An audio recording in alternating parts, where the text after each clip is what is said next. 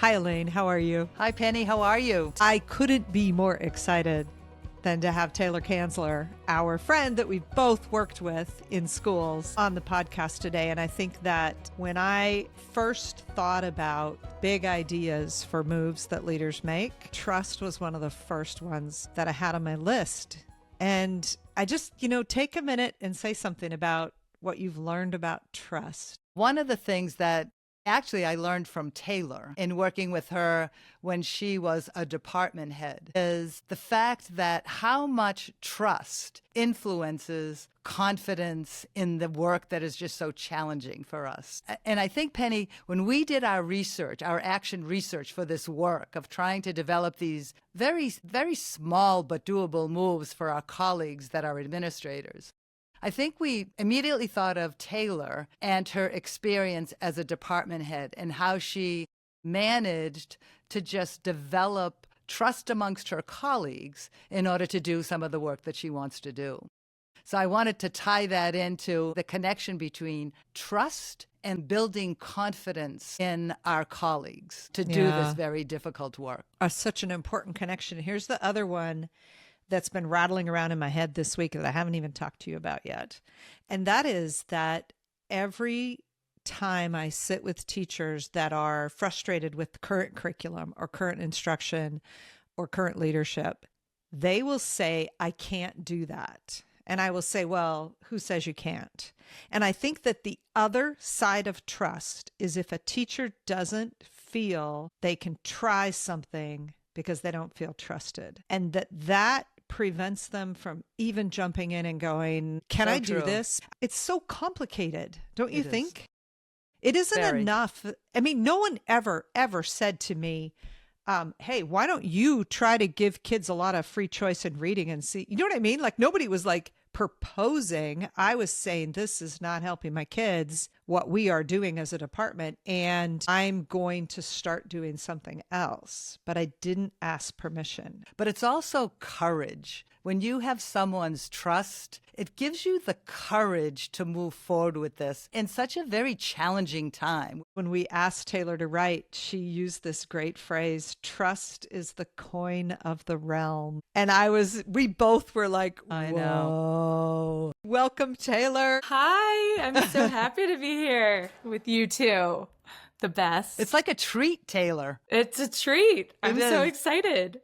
I love talking to you too. Could you tell people who are listening what you do and who you are? I'm Taylor Kanzler. I am a high school English teacher and sometimes Spanish teacher. I'm currently living on the coast of Maine, where I teach at a public high school. My 19th year in the classroom. And while I'm originally from the beautiful White Mountains of New Hampshire, my teaching career has taken me to a lot of different places. I've kind of experienced a lot of different school cultures, a lot of different student populations, a lot of different leadership styles. So when you said trust is the coin of the realm, will you put that in context for us? Yeah, it's not my quote. I wish that I was that clever. That quote came to me actually through my friend and colleague, Dan, who is the librarian at the school where I work. And like so many librarians, he's just full of so much wisdom and knowledge and jack of all trades. And he and I were scheming, as we do. He's also a great co-conspirator. And I said, do you think that the leaders will let us try this thing that we want to try? And he said, well, trust is the coin of the realm. And I looked at him and said, what is that from? He said, oh, it's from this great George Shultz essay that he sent to me. And I hadn't read it until then. It's an essay that he wrote late in life that he was asked to write, reflecting on all of the things he had learned as a leader. And I don't have the quote right in front of me, and I will not say it as eloquently as it's written, but the thrust of his essay is that trust is the thing. He said whether it was the war room, the locker room, the classroom, the family room, the boardroom, when trust was in the room, good things happened. That was his decades and decades of leadership. He was able to distill down to that single idea that no matter what organization, in what context, when trust was present, good things happened, period. It was that simple. And I started thinking about that and how true that is within our own classrooms, between student and teacher, between students and peers, between colleagues, teacher to teacher, but vertically as well. And I think a school, as we all know, it's an ecosystem, right? Everything that happens in the classroom is reflective of what's happening in the larger school community, the relationships between the leaders and the faculty. And I think that once we get trust kind of moving through that circuit, that's when good things start happening everywhere. So I'm really interested in how leaders and teachers, who I think are leaders, build and sustain relational trust with each other. I think it's really hard to do, but in my years of teaching, I would agree with the quote. I think where there is trust, good things are happening in those schools. And in the opposite, where there is not, things get broken. Yes, and people leave, and really great, effective teachers will go elsewhere. So tell us a little bit about your work with Dan. I wanted things to be project-based and multi and interdisciplinary. He brought in an environmental science teacher that he knew. She was a veteran teacher, but he said, she also is thinking the same thing. Let me connect you to. So he brought us together for a conversation, and the three of us kind of cooked up this idea that we were going to teach a class that was going to have students earning both an English and an environmental science credit. We named it If This Land Could Talk, the stories of Maine's people, forests, and waterways. It would run over 2 periods, which was a huge ask. That wasn't something that was happening scheduling wise. Everyone said, oh, it'll be a nightmare. You won't be able to do it. You're going to run into this barrier and that barrier. And I kept saying, okay, but surely there's a way around. The water will always flow around the boulders, right? We have to just find the course. And we did. We sat down with the scheduling people. We were really transparent with department members who might be affected by these changes, let them know what we wanted to do, why we wanted to do it, gained their trust, their support, their enthusiasm. And eventually we were able to launch this course. So we had a group of, our initial run was 20 students who signed up, grades 10 through 12, mixed grades. We had students coming to us from the functional life skills special education classroom. And we had students who were giving the speech at graduation, salutatorian, heading off to top tier universities. I mean, we had kind of students from all different backgrounds, ability levels. And that was also something that was new and not happening anywhere in the school. So that was really exciting. And that was part of the design. And we planned for students to create podcasts, which we kind of went back and forth on whether or not podcasts felt like something that teenagers saw as relevant. But it turned out they did. It turned out that podcasts, I think there was a sweet spot. They were familiar with podcasts. They didn't have enough familiarity to have a real opinion about them, to be turned off by them or overly excited. So there was some curiosity. It was novel. They were doing what they called podcasting in classes, which really just meant they were recording an essay that they wrote into their iPhone. We were talking about doing some really sophisticated sound engineering, going out, practicing interviews, getting ambient noise from different environments, using professional tools to really kind of piece together this true story that is meant for the audio medium, for a listening audience. And that was new for them. So the novelty was exciting. They definitely saw the work of creating a podcast as being relevant in the skill set to the things that they were imagining doing in their life and in their future. So that buy-in was really awesome. You talked about buy-in from 2 really important groups of people in this so far introduction. And one of them was your colleagues. And the other one is students themselves, who often have very different kinds of buy-in around tasks, right? What your colleagues think is important and what students think is relevant, as you said, to their own skill set and their own hopes and dreams. Did you have any of those conflicts? We did a bit. In fact, there was a lot of back and forth around which students would be eligible to earn English credit for this class. So in the pilot year, the department, they were leery of the idea that we were giving English credit to students who weren't writing a traditional essay, who weren't reading canonical novels. They agreed to award English credit to seniors only, because in our program of studies, that's the year where seniors have a lot more choice in the classes that they take. And so I think it was more comfortable for people to say, okay, well, we'll just think of it as another English elective, like poetry or creative writing. So all of our students were producing podcasts. That was their assessment. So instead of an essay that they were writing and handing to a teacher, an audience of 1, they realized that these students were publishing their work on Spotify, on a platform that was accessible to the whole world. And in addition to that, the students, they presented in a showcase to the community clips of their podcasts, and they talked about their process, and they had created promotional posters to kind of drum up some excitement in the community about coming to watch this presentation. And I think that the quality of the work that the students produced was so evident. And it was evident because they worked so hard knowing that people were going to see it. It's not just my one English teacher who's going to see this essay that I don't care about.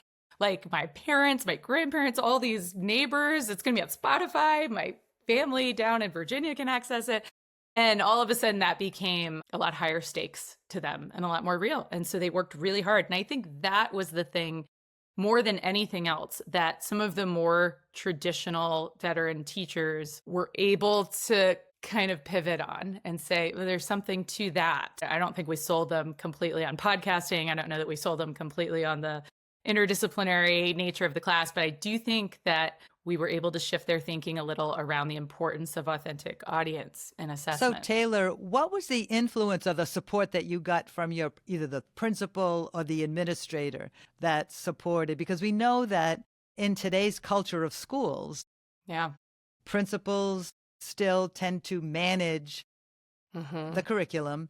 And I'm just, for someone out there who is listening to you and says, oh my gosh, I would love to try to do this in my school. What was the role of the principal or your administrator to support this, to make this happen? We're really lucky to have both a principal and a superintendent and a director of learning and instruction who were all really supportive and all really excited about something new.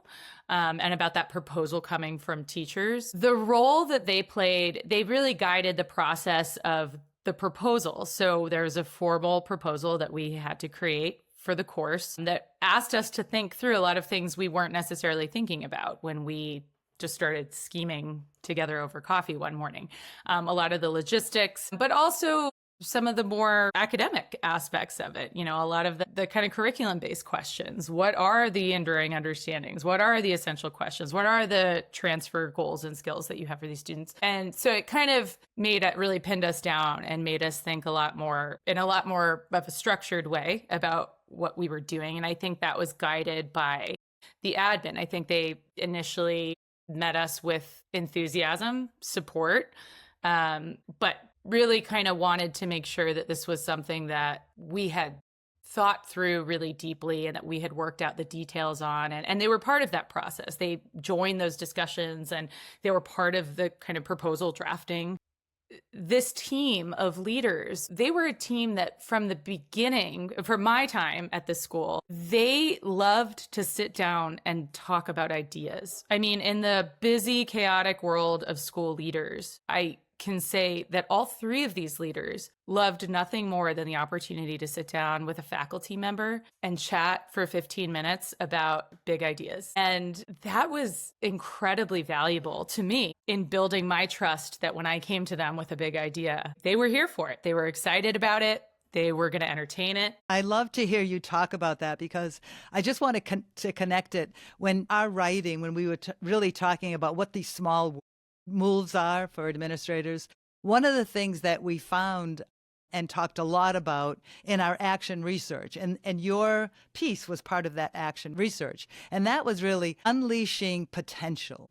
Penny and I talked a lot about that, and how do leaders unleash potential in their colleagues, teachers, kids, whomever? And I really appreciate your sharing that with all of us, and Penny and I and the people that are listening, because that's what you've described, that the role of this principal allowed you to unleash the tremendous potential that you had for developing this for your students. It's remarkable. It really is.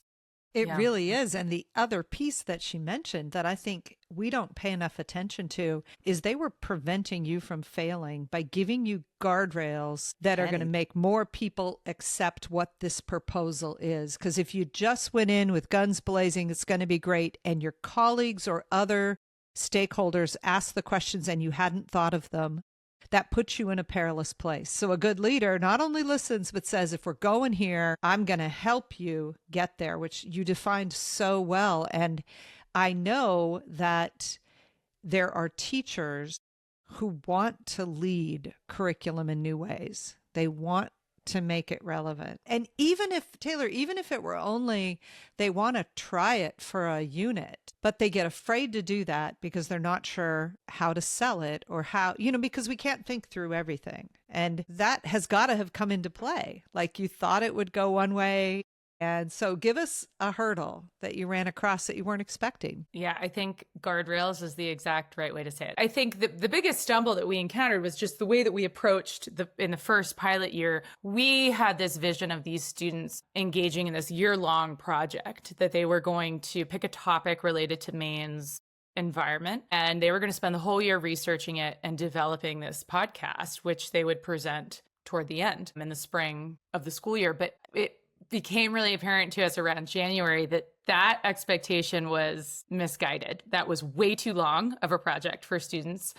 They were sick of the project. They didn't want to do it anymore. We got together with our principal and he said, yeah, I'm with you. I also thought it was going to go well, but I think we underestimated how quickly they would pick up the technology. They're digital native. It took them no time to learn this stuff. Yeah. So he helped us. He helped us come up with a plan and figure out how we were going to pivot and what we were going to do and how we were going to communicate that to the families, how we were going to communicate it to the school community, to all of the different stakeholders in this project. And again, that just trust, that knowing there's nothing that feels worse than the vulnerability of being out there, of taking this big leap, this big swing, and then it flops and you look around and everyone's abandoned you and you're on your own.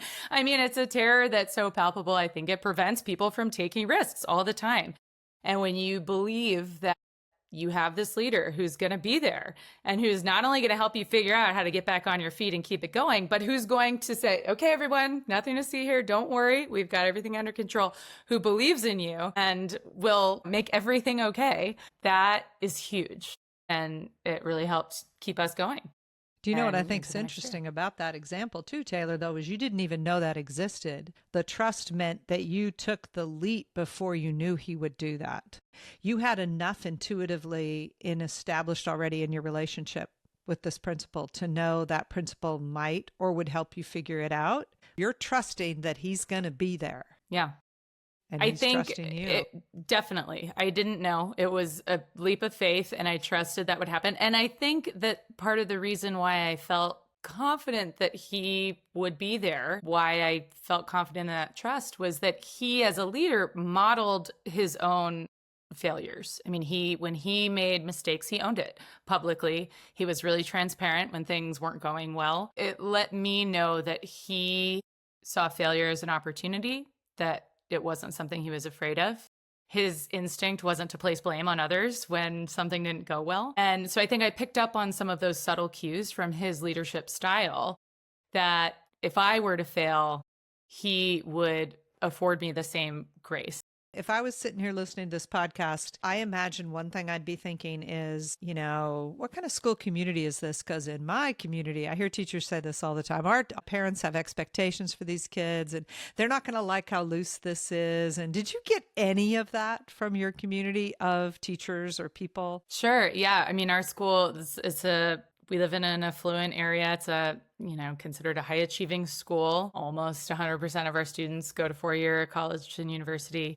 So certainly there were some raised eyebrows around whether or not this was rigorous enough for the students. And I think that honestly that this again was the leader. We talked about this and his response was, that's not for you to worry about. This is our work. And sometimes we need to hear the messages coming in from the outside. And sometimes we need to be the ones giving the message to the outside. And in this case, we're the ones saying, this is what we're doing. It is rigorous. It is important. It is innovative. If you don't want your child to sign up, that's fine. And he said, and let them come. You build it and they will come. And 20 of them did. And like I said, they were students from all walks of life who also trusted us. I mean, these students were taking a huge risk signing up for this class. It was a brand new class. They didn't know what it was going to be. And it was unlike anything that the school had ever run. But it was a lot of students who knew me or who knew my co-teacher or who knew Dan, the librarian who was involved. And they trusted us and they took the class. So do you see the possibility of replicating this in your community school? Definitely. And I think, I think there are always going to be those parents and the families who are nervous about change, who want their children's education to look like it looked for them. But I also think that we give a lot of space to I think it's a very thin margin. I actually am encouraged by how much positive response we've had from the community, how many parents actually seem really excited about something new. Because I think a lot of this is post-pandemic world. I think they see the reality that times have changed. The kids they need something new. And I think that they don't know what it is. And in some ways, I think it's really exciting. For all of the noise about how terrifying education has become as a space, I think that there's a lot of opportunity right now for us to really take the reins and move in a new direction. And I think for the first time in a long time, families are like, we don't know what to do. Please show us the way. Well, on that positive note. No, it is. And I want to ask you one last question about this experience.